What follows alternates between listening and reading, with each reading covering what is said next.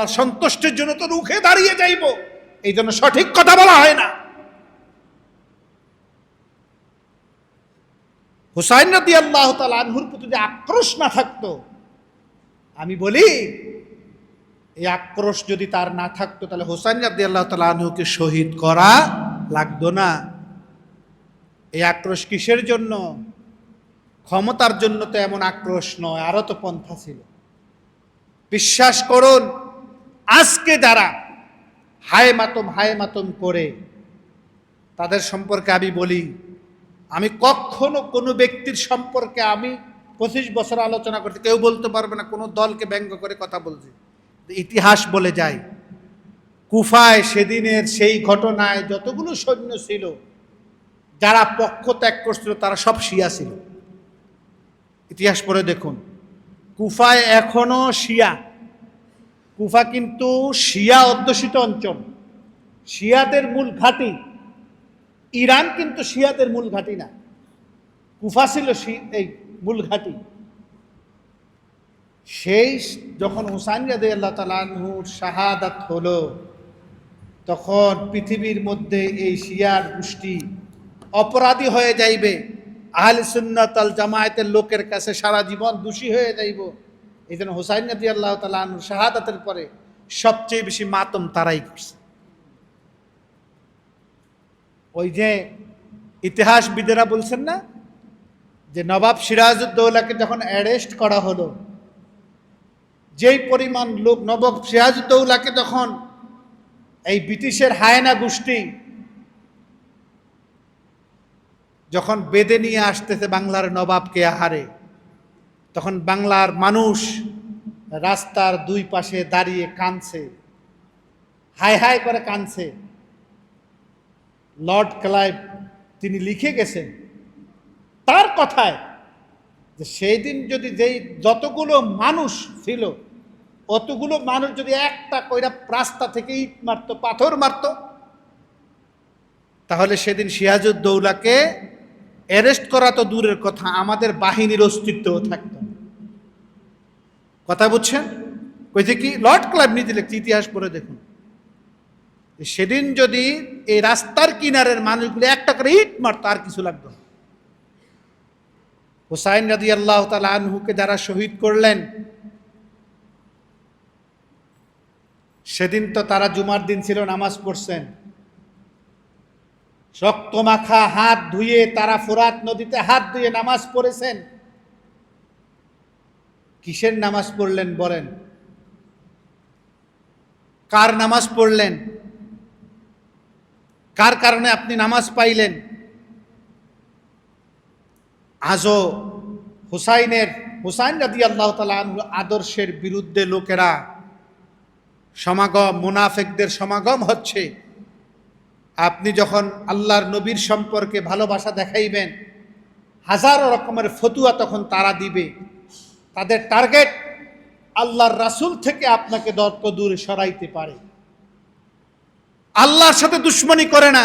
আমি সেদিন কবে যেন 2-3 দিন আগে নামাজের আগে দিয়া নামাজের পরে দিয়ে এই কথাটা বলছিলাম, যে দেখুন সেই থেকে আজ পর্যন্ত রাসূল সাল্লাল্লাহু আলাইহি ওয়াসাল্লাম সম্পর্কে কুচ্ছা রটনা হয়।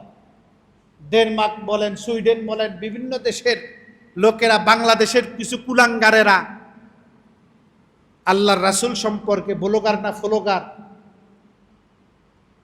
এদের তো বৈধ সন্তান কিনা আল্লাহ ভালো জানে, যেহেতু আল্লাহর ভাষায় বলছে বৈধ বাপের বৈধ সন্তানেরা কোনোদিন আল্লাহর রাসূলের বিরুদ্ধে করতে, আমার কথা নয়, আবার বলি না যে আমি বলছি, আল্লাহ বলছে উতুল্লিম বাদা যালিকা জানিম। যারা আল্লাহর রাসূল সম্পর্কে কটূক্তি করে তারা কখনো বৈধ সন্তান জানিম, আল্লাহ বলছেন।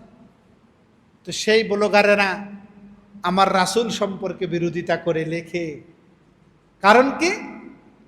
যুব সমাজকে দূরে সরায় রাখতে চায়, আল্লাহর রাসূলের আদর্শ থেকে সরায় রাখতে। ওরা জানে যদি আল্লাহর রাসূলের আদর্শ থেকে যুব সমাজকে, আমাদের বোনগুলিকে, আমাদের ছেলেগুলিকে সরাইয়া রাখা যায়, তাহলে তো আর এই শয়তানের শয়তানি করতে আর কোনো বাধা। রবীন্দ্রনাথ অল্প বয়সে বিয়া করলো, সমস্যা নাই। বিভিন্ন বঙ্কিমচন্দ্র না কি জানি আছে না, হ্যাঁ, সে অল্প বয়সে বিয়া করলো, 16 বছর বয়সে বিয়া করলো, 7 বছরের মায়ের অসুবিধা নাই। বড় বড় রাজারা 50 বছর 60 বছর বয়সে বিয়া করছে, ছোট্ট 10 বছরের 7 বছরের মেয়েকে, সেটার কোনো সমস্যা নাই। কিন্তু আমার দেশের কিছু মানুষ প্রশ্ন তুলে, আল্লাহ এদের বিচার করবেন। আবার এরা আমাদেরকে কি বলবো, আর কোন দিকে যে কথা বলবো, কলিজা ফেটে যায়। এরা লিখে, কত বড় সাহস একটি মুসলিম দেশে বসে, আমরা মুসলমানের সন্তান, কত বড় সাহস যে আল্লাহর রাসূল সবাই তাকে আদর্শ ভাবে, আমার আদর্শ ভাবতে অসুবিধা সমস্যা হয়, কারণ তিনি 40 বছর 50 বছর বয়সে আয়েশাকে ছোটকালে বিয়ে করেছেন। এইটা যখন দেখি তখন আমার মোহাম্মদ, নাউযুবিল্লাহ সাল্লাল্লাহু আলাইহি ওয়াসাল্লাম, মোহাম্মদকে আদর্শ মানতে আমার বাধা আসে। দেখছেন না আপনারা? চিন্তা করে দেখেন, সেই দিন বেশি দূরে নাই। ইনশাআল্লাহ আল্লাহ সাহায্য আসবে ইনশাআল্লাহ। ওদেরকে ধরে ধরে রাস্তার উপরে মানুষ জুতা পিটাইয়া তারপরে বিচার করবে ইনশাআল্লাহ। তার কারণ আপনি দেখেন, একটা মানুষ নামাজ পড়ে না, হয় সে আওয়ামী লীগ করে, না হয় বিএনপি করে, না হইলে অন্য দল করে, আপনি দেখেন হয়তো তার সে নামাজও পড়ে না, দাড়িও নাই, কিন্তু তার সামনে আপনি আল্লাহর রাসূলের বিরোধিতা করে দেখেন, আপনারে টেনে ছিঁড়ে ফেলবে। আমি মসজিদের ইমাম, আমি আল্লাহর রাসূল সম্পর্কে একটা কটূক্তি করি, আজকে ধরে রাস্তা আমার পিঠে শেষ করে দিবে। তার কারণ রাসূলের প্রেম আমরা হৃদয়ে ধারণ করি। রাসূল প্রেম আমরা কিসে ধারণ করি? আল্লাহর রাসূলের অপমান আমরা এক মুহূর্তের জন্য সহ্য করব না। আমার ভাইয়েরা, এজন্য আজও ইয়াজিদের মতো যারা আছে, মনে রাখবেন, তাদের প্রতি আমাদের, হোক সে আমার দলের, হোক সে আমার ভাই, হোক সে আমার বন্ধু, হোক সে আমার কাছের, কিন্তু তুমি কাছের দিকে কি হয়েছে, তুমি আমার দলের নেতা দিকে কি হয়েছে, তুমি জুলুম করবা, তোমার সাথে আমি, কারণ আমি আল্লাহর নবীর সৈনিক, আমরা অমুকের সৈনিক, আমরা অমুক সেনা, ভয় করি না, বুলেট বোমা, আস্তাগফিরুল্লাহ। কে তোমারে শিখাইছে? তুমি কোন নেতার সৈনিক? তুমি যেই নেতার সৈনিক, সেই নেতাও আল্লাহ রাসূলের সৈনিক। সেই নেতা, তুমি নেতার দাবি করো, তোমার নেতার খাতার কোনো দাম নাই যদি আল্লাহর রাসূল তাকে যদি তার উম্মত বললে দাবি না করে। যত বড় ক্ষমতার অধিকারী হোক, হাসরের ময়দানে যেদিন আল্লাহ কইব, হে রাসূল ওয়ামতাজুল ইয়াউমা আইয়ুহাল মুজরিমুন, আজ পৃথক হয়ে যাও, পৃথক হয়ে যাবে, ডানপন্থীরা ডান দিকে, বাম দিকপন্থীরা বাম দিকে। সেদিন মান তাসাব্বাহা মিন কওমিন ফাহুয়া মিনহুম, যার সাথে যার মহব্বত, তার সাথে তার হাসর হবে। সেদিন আল্লাহর রাসূলকে বলবেন, ইয়া রাসূলুল্লাহ, হে আমার বন্ধু, আপনি আপনার উম্মতের সুপারিশ কইরা কইরা জান্নাতে নেন। তোমার নেতা যত বড় ক্ষমতার অধিকারী হোক, সেই হাসরের ময়দানে যদি আমার রাসূল ডাইক্কা যদি কয়, এই তুই অমুক, এই দুলাল, তুই আমার উম্মত, সোহকাম বাঘ, এখান থেকে তুই কেউ না আমার, সেদিন আমার মতো মিজানের কোনো দাম নাই, কোনো দাম নাই। অতএব তুমি কার সৈনিক? আমরা আল্লাহ এবং তার রাসূলের সৈনিক, ঠিক না? আমরা কার সৈনিক? আল্লাহ এবং তার রাসূলের আমরা কি? অতএব আমরা কোন ইয়াজিদ পন্থী, আবু জাহেল পন্থী আমরা কাউকে কোনোদিন ভয় করি না, করব না। আমরা তো সেই জাতি, যেই জাতি হুসাইন রাদিয়াল্লাহু তাআলা আনহু সেদিন গলাকে পেতে দিছেন, যে গলা পেতে দিলাম, শহীদ হয়ে গেলাম, তবুও অসত্যের কাছে মাথা নত। আমরা তো সেই হুসাইনের বংশধর। আমাদের পূর্বপুরুষেরা গলায় ফাঁসির রশি দিছে, কিন্তু কখনো জালিমের কাছে মাথা নত। ও আমার যুবক ভাইয়েরা, ও আমার যুবক ভাইয়েরা, ইতিহাস জানো, আল্লাহর রাস্তায় হাত জোর করে বলি ইতিহাস জানো। সব সময় এই এই মিডল ইস্টের, এই আমেরিকা, অমুক দেশ তমুক দেশ আমাদের আদর্শ না। তাদের দেখে নাচিও না, বরং আমাদের আদর্শ হচ্ছে মুহাম্মাদুর রাসূলুল্লাহ সাল্লাল্লাহু আলাইহি ওয়াসাল্লাম। আল্লাহর রাসূল কেমন ছিলেন, কেমন তার প্রেম ছিল, দেশ প্রেম কেমন ছিল, কেমন তার সত্যবাদী ছিল, কেমন তার ব্যবসা ছিল, কেমন তার চাকরিজীবী ছিল, কেমন তার বাণিজ্য ছিল, কেমন তার ভালোবাসা ছিল। এগুলো পড়তে হবে, পড়তে হবে, পড়ে পড়ে পড়ে পড়ে ভালোবাসা অর্জন করতে হবে। তখন তোমার সামনে ফুটে উঠবে ইয়াজিদের কর্ম কি আর হুসাইন রাদিয়াল্লাহু তাআলা আনহুর কর্ম কি। শুনে রাখো ভাই, ভয় পাইও না, ভয় পাইও না। আবু জেহেল সবচেয়ে বেশি শক্তিশালী ছিল। আবু জেহেল তৎকালীন সময় কি ছিল? সবচেয়ে। আবু জেহেলের ইতিহাস জানেন? আবু জেহেলকে মারছে দুইটা ছেলে মাত্র, যাদেরকে জেহাদে নিতে চায় না আল্লাহর রাসূল। 12 বছর 13 বছর, মুয়াদ এবং মুয়াওয়াজ।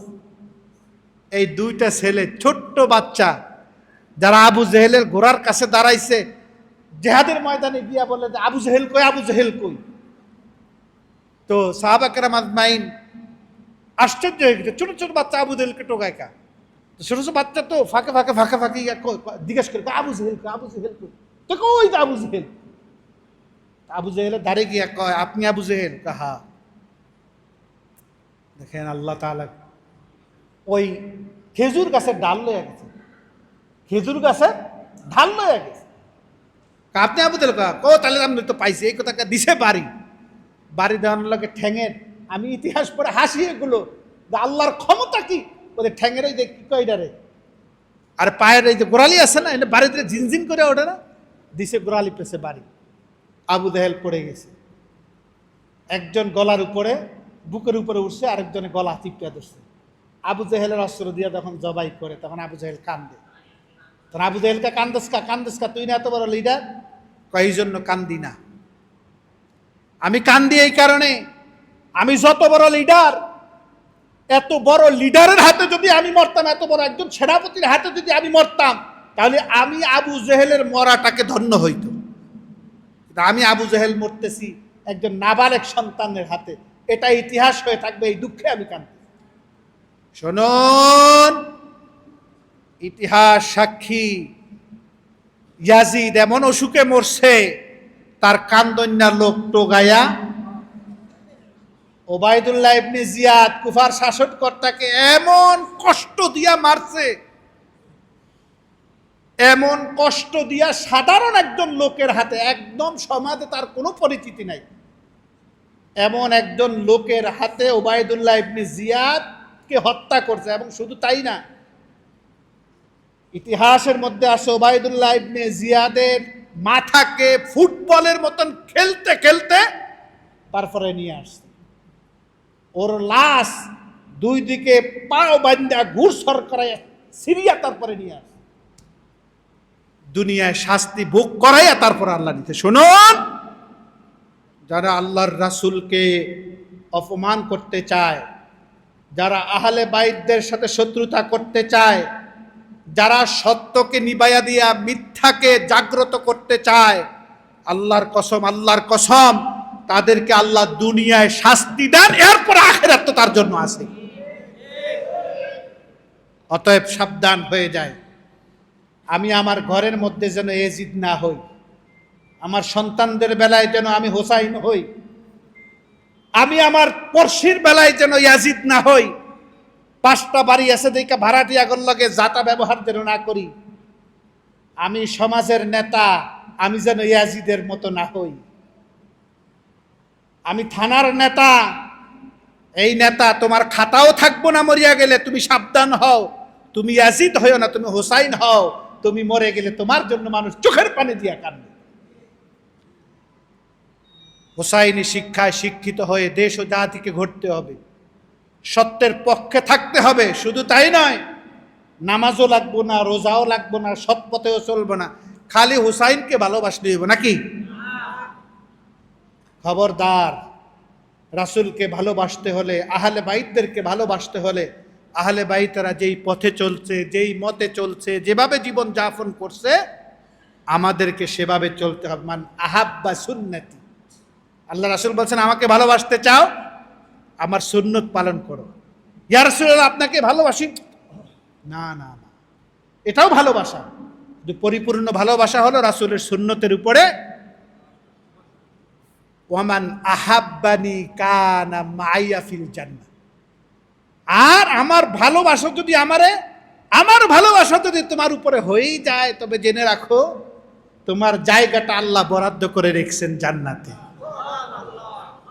আমরা যেন আজকের এই আশুরার দিনে এটাই শিক্ষা নেই, সত্যর কাছে মাথা তুলে ধরবো, মিথ্যার কাছে মাথা নত করব না। সে যত বড় শক্তিশালী হোক, যত বড় ক্ষমতাই দেখাক, মনে রাখবেন যত ক্ষমতাই দেখাক বেশি দিন ক্ষমতার বড়াই থাকে না। কোনো না কোনোভাবে, হয় মশার দ্বারা হোক, নাহলে ছোট্ট বাচ্চার দ্বারা হোক, যেভাবেই হোক, নাইলে ওই হাতি দিয়া হোক, আবাবিল পাখি দিয়া হোক, শেষ ইনশাআল্লাহ। আর সত্যকে নিভাইয়া দিতে চাইলেও নিভবে না, বরং একটু একটু করে জ্বলবে। আবার যখন সময় পাবে তখন একটু আলো থেকে বিশাল আলো হয়ে তামাম জগৎকে আলোকিত করে দিবে। আমরা সেই আলোর জন্য অপেক্ষা করতেছি, আমরা সেই পূর্ব গগনে সেই নাজাতের সূর্যের জন্য অপেক্ষা করতেছি। আল্লাহ তাআলা যেন এই আশুরার দিনে আমরা মহান আল্লাহর কাছে প্রার্থনা করি, আল্লাহ যেন গোটা বিশ্বে মুসলমানদের পক্ষে সত্যের সূর্য যেন আবার উঠান, আবার যেন সেই সোনালী দিন ফিরে আসুক, আবার সেই খলিফা উমরের সেই দিনগুলি ফিরে আসুক। ওই জালিম ইহুদি নাসারা, ওই জালিমদের সেই ক্ষমতাকে নিশ্চিহ্ন হোক, আমরা সেই প্রার্থনা আল্লাহর কাছে করি। আমরা এটাই বলি, ওয়াজআলনা মিল্লাদুনকা ওয়ালিয়া ওয়াজআলনা মিল্লাদুনকা নাসিরা। আল্লাহ আমাদেরকে এমন ওলি পাঠাও, এমন নেতা পাঠাও যে এই জালিমের জুলুম থেকে আমাদেরকে বাঁচাবে। আল্লাহ তুমি আমাদেরকে সাহায্য করো। আমরা এই আশা নিয়ে মহান আল্লাহর কাছে এই দোয়া করে আমি আমার আলোচনা শেষ করছি। ইনশাআল্লাহ নামাজের পরে আমার ওস্তাদ